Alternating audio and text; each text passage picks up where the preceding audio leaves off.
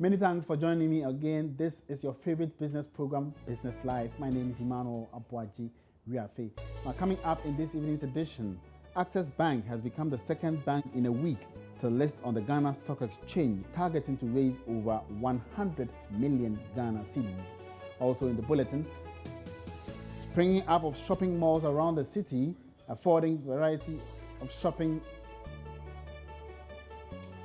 Springing up of shopping malls around the city, affording variety of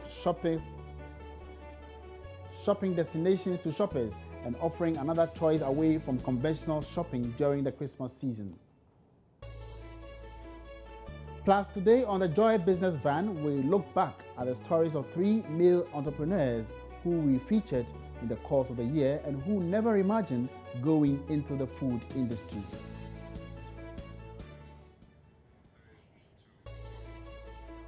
These are our headlines for tonight. You can always stay interactive by tweeting at Joy Business GH, and on Facebook, our page is Joy Business. We're taking a short break. We'll be right back.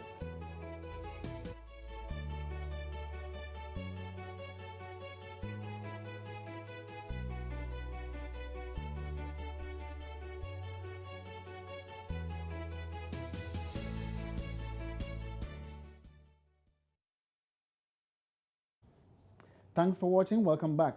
Now, President-elect Nana Addo Dankwa Akufo-Addo has assured the business community that he will put appropriate measures in place to ensure a more business-friendly environment and a buoyant private sector. He was addressing members of the Private Enterprise Federation here in Accra. Let's have excerpts of that encounter. We aim to build the most business-friendly and people-friendly economy in Africa, which will create jobs and prosperity for all Ghanaians. And this we intend to do through private sector empowerment. And I repeat, private sector empowerment.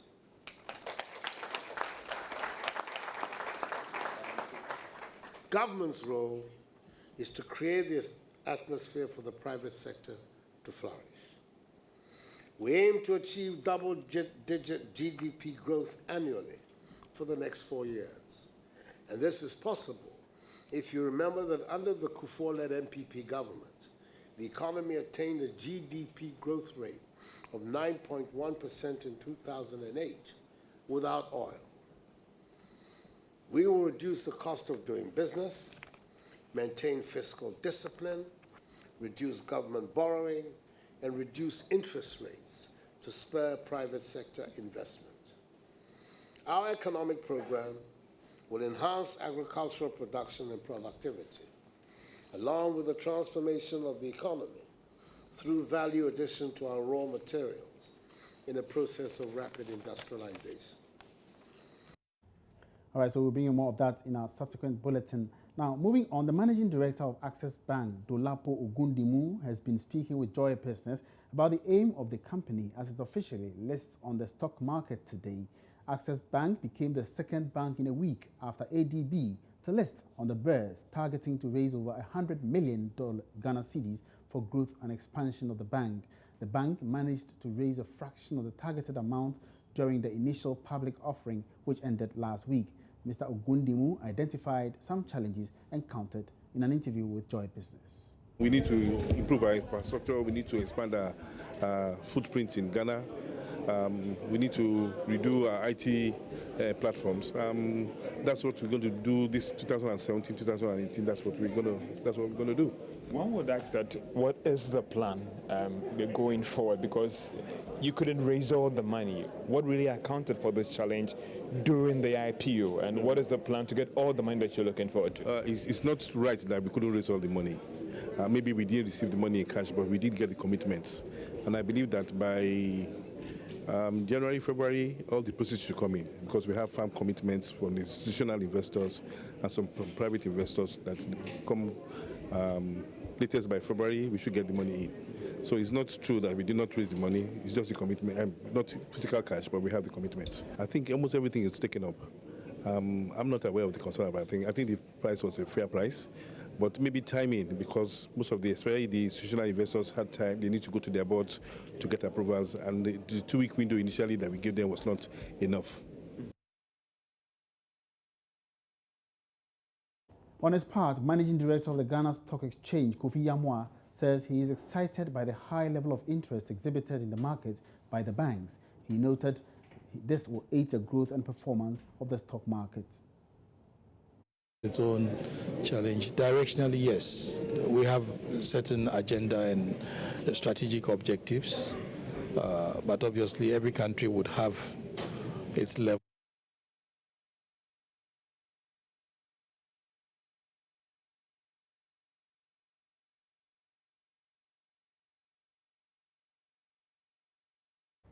We sincerely apologize for that wrong insert there.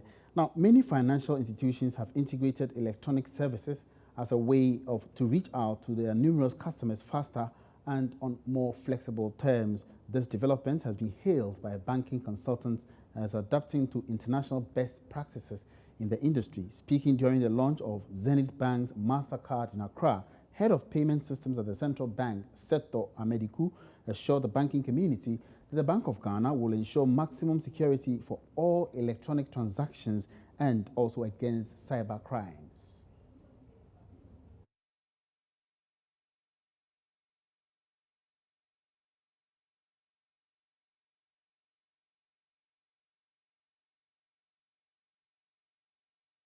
I must say that the year 2016 has seen eventful with regard to development in the digital financial space in Ghana. For example, our electronic money float has just hit the 1 billion mark as at the end of November.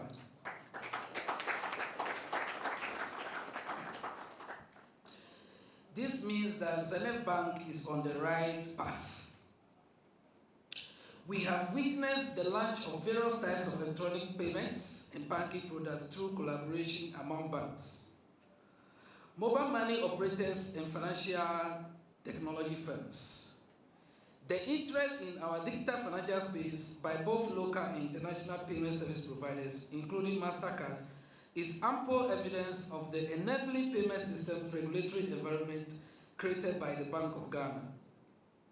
The Bank of Ghana would like to take the opportunity to assure stakeholders in the digital financial space of its continuous commitment to support innovative solutions that promote electronic payments and inclusive finance. And in a related development, Chief Executive Officer of Zenith Bank, Henry Oro, has noted the introduction of digital services into the country's banking space is part of many initiatives by the bank to increase Ghana's banking population. In an interview with Joy Business, he said there is a bright future for digital banking in Ghana. About options, we have averagely about 25 million people in Ghana, and I can tell you that the appreciation of digital banking is not very high. So the branch banking is still going to be relevant. It is going to be less relevant over time, but there's still that population that would need to come to the bank. They believe in face-to-face. They want to see the teller. They want to see the customer service person. They want the warmth. They want the environment. So they come sometimes to the banking hall. But there's still a population that are so busy they don't have to come. But we have to create these options for them to be able to do their transactions from the convenience of their offices, homes, cars, wherever they are. So the digital banking, yes, in some distant future, will probably make branch banking a little less relevant, but it's not here yet. Is that a good or a bad news? I think it's a good news. What it means is that those who really have been losing time in traffic to come to the banking halls, maybe because of ignorance, over time, we have appreciated digital banking and we can do all their services from the convenience of their homes. And the banks themselves do not have to invest in premises and fixed assets and all that to reach their clientele base. So I think it's a good thing. And digital banking right now do not really challenge branch banking, but over time, the relevance of branch banking, in my opinion, will diminish given digital banking. Still watching Business Live. Moving on, until the 2000s, Accra could not boast of a huge, ultra-modern shopping malls with such edifices now dotted around the city. Shoppers can now choose from a variety of shopping destinations, causing a possible split in patronage of the regular markets and the malls. But would you do something special on a special occasion like Christmas? What goes into your choice of shopping and shopping in visiting a mall or a regular market? Maxwell Agbagba has more. This is the Accra Mall, one of Ghana's busiest shopping centers. It's some few days to Christmas, and patrons here at this mall are having a hard time finding space to park their vehicles. The car park is virtually bursting at its seams. Abigail Ainin Owusu is a mother of one. She has just bought a Christmas dress for her daughter. The comfort and convenience of shopping in the mall, she says, will make her choose the mall over the regular market on any day. Oh, I went to shop for my kids. Okay. Their clothes and their shoes. Is it purposely for Xmas or is this one of the usual Xmas shopping? Xmas shopping.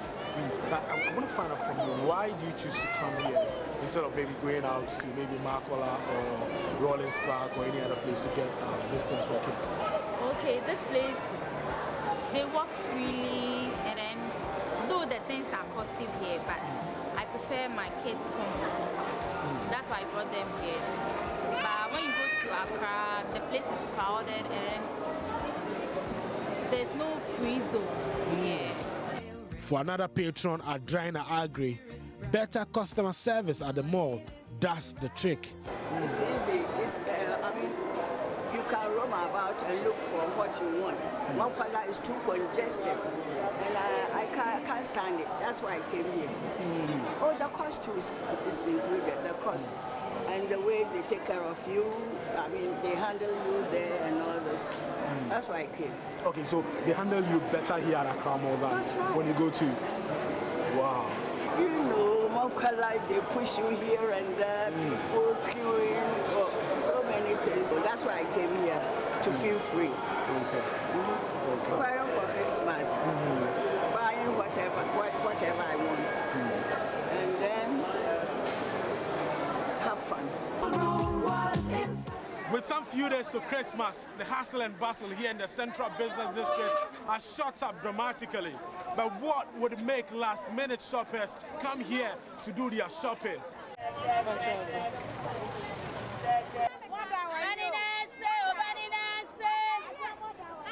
These women in the Central Business District are busily cashing in on the momentous occasion of Christmas. They yell to get the attention of the many patrons who have trooped to the market for their Christmas shoes and dresses.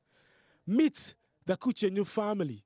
They have come to the Makola, or what you will call a regular market, for their shopping. The mother of four, Comfort Kuchenu, explains the regular market provides her with a better variety. It's really inconvenient. No, the children always like to have new clothes for Christmas. So even though it's inconvenience, I'm standing here to buy for them because that is what will make them happy. So if you had a way, would you have taken them to the mall or somewhere to go buy? Oh yes, but I think that varieties here we can choose. I prefer to come here. Her son, David Kuchenu, is excited about the annual ritual of getting new clothes.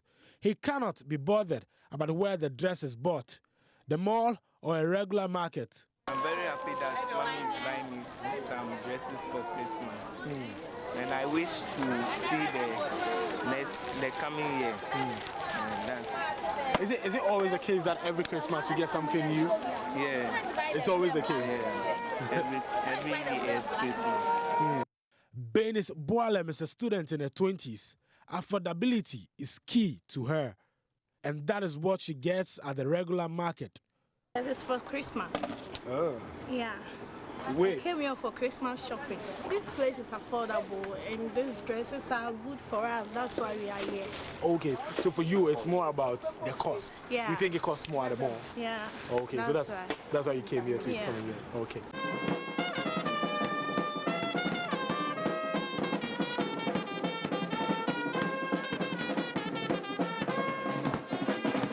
Christmas shoppers have the choice to choose between the mall and the regular market.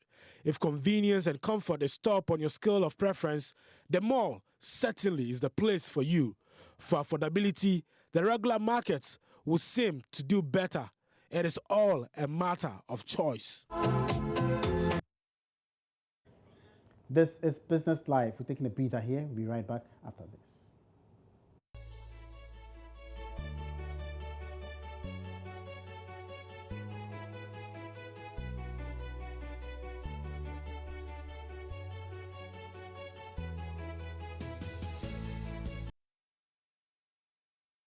Thanks for staying. Welcome back. Now, some time ago, it was the domain of women. Today, the food industry is fast changing with more men entering the field. What is pushing them into the kitchens and how are they faring?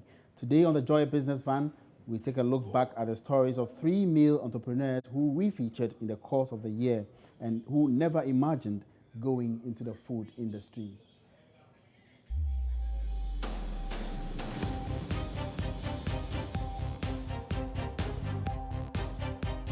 The Joy Business Van is brought to you by Busy, making good things happen.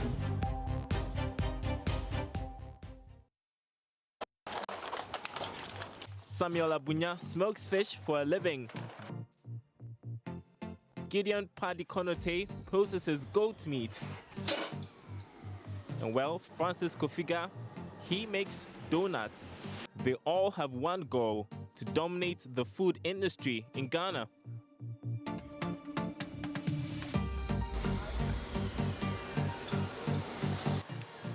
They never imagined they would start businesses in the food industry. So how did they get where they are today? Let's begin with Samuel. He was forced out of his job at the port some 3 years ago. For months, he remained jobless. And then, an incident at the market triggered an idea. My wife went to the market one day to buy this type of fish. And when they get home, in fact, before she could use it, 2 of the fishes were not wholesome. And I went with her to the market that day. And the place they were selling this fish was not quite hygienic, and it was exposed, it was displayed on the tabletop. You can see the way we were using their hand to get off the flies and all that. So I said to myself that, can't we sell this fish in a different way, in a more hygienic way than the way it's been done all over the years? Gideon Padikonote was on course to becoming a graphic designer, but that changed after he lost his grandparents. They would leave an inheritance which would change his career path. Herd of goats. The goats were virtually forced on him since no member of his family had real use for them. Gideon was given the task of continuing his grandparents' business of rearing goats. He decided to add value to the goats. After the goats have been butchered, we bring it here to process some into kebab and then also some into packaged meat, like in 1 pound, in the pounds, and then in kilos, to our customers who order for the day. For Francis Kofiga, an app developer, he didn't realize how profitable making donuts could be, so he struggled to get some to purchase. A special friend got me donuts, and the donuts tasted really good. So I asked for donuts a second time. And the next time when she was come, she said, oh, the donuts were out of stock. So then I thought, what time did you, I asked her, what time did she go? She said, I went there in the morning around 9 a.m. And I thought that if the donuts finish at 9 a.m. and they tasted this good, then it means there's some opportunity in there. So then I started, I did some research into how to make donuts. I got a team together, and then we started. These entrepreneurs have come a long way, defying the challenging business environment, cultural perceptions, and their own egos. Samuel Abunya currently supplies his products to 4 different regions 2 years after starting operations. With the vision of owning the biggest livestock market on the continent, Gideon's processed goat meats are not only supplied across the city of Accra, his services are requested at various social gatherings. Francis, meanwhile, is overwhelmed by demand. His donuts are finished before they are even made. So are you surprised at the progress you've made within these last 3 months? Surprised, yes. Yes, I am surprised. I thought maybe we'll be doing 50 or maybe even 100 by second month. But we got some social media influencers to retweet some of our posts, to share some of our pictures, and the market just went up the skies like that. Surprised I am. The 3 are not carried away by the successes they have chalked. They recognize that to do well in the food industry, they need to constantly improve and venture into new territory. No, we have other products that we have lined up that in the future we bring them on board. But all of them will be fish-related product. Others will not. But for now, we are into this, and as I speak to you now, we have even developed a local drink that very soon it will hit the Ghanaian market. Francis is currently exploring new varieties of donuts, and Gideon will be venturing into other meat products. At the back of their minds, they know this industry, more than any other, is in a state of constant change and sometimes extremely short product life cycles, but they are determined. With God, when you have faith, you can move mountains. And then 2, hard work. If you are very hardworking, you push walls, you push every barrier, and then focus. If you are focused in what you are doing, you love what you are doing, you give all yourself to what you are doing, at the end of the day, you'll be smiling. Smiling? That's definitely what these entrepreneurs are doing now.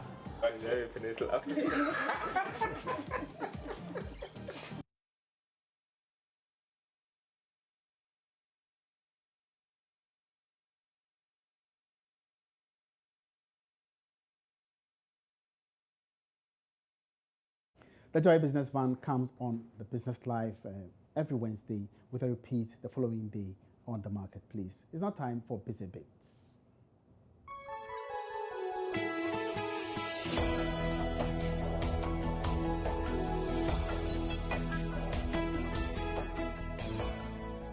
Sometimes you just want to print out a whole bunch of files all at once. Here's how to do it.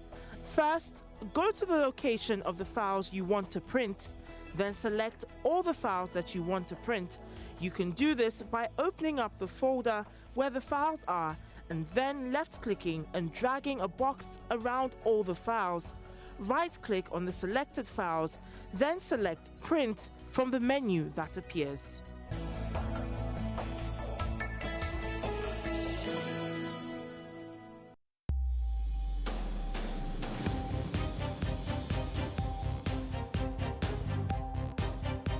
The Joy Business Van was brought to you by Busy, making good things happen. In our interview of the day today, government is taking steps to quickly clear all the energy sector debts owed banks. To this end, it is set to release 166 million cedis to commercial banks this week. This will represent the third tranche of payment to banks, bringing the total amount advanced to about 582 million Ghana cedis.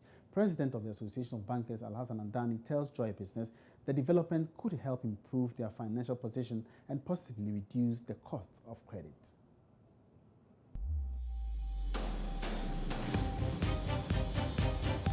Interview of the day is brought to you by EcoBank, the Pan-African Bank. Have we made any progress on the payment of these NPLs for the banks? Yes, we have made progress, especially those NPLs that are due from the energy and power sectors, petroleum and power sectors.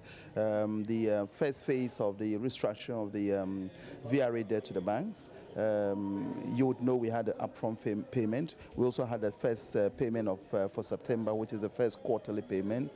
We've seen instructions out from the Minister of Finance to the Controller and Accountant General, instructing payment for the second quarterly payment, which is due end of December. So, and also the Central Bank has reviewed the processes and actually issued a note out to all the banks who are exposed, particularly to VRA, to reclassify the loans from their books from non-performing to current. So it means that if we look at total debt stock in the industry, 2.3 to 2.4 billion, which was due banks on VRA's books, have been reclassified from non-performing to performing. So that's a tangible reduction in the stock of NPLs in the market. I mean, let's look at some hard numbers here. In terms of some hard numbers, to date, what has been forwarded to you, and what are you expecting to be paid finally to close the books on these debts? Well, look, let's speak specifically to the total exposure of VRA to the banks. We're talking about 2.4 billion, out of which an upfront payment of 250 million was made. received, and the second installment was another 170 million that was received and paid down. This second quarterly payment is also another 166 million received and paid. And if we continue on that trajectory, we expected that these debts have been restructured to pay out in 5 years, and we are on schedule. The governor is the chief advisor.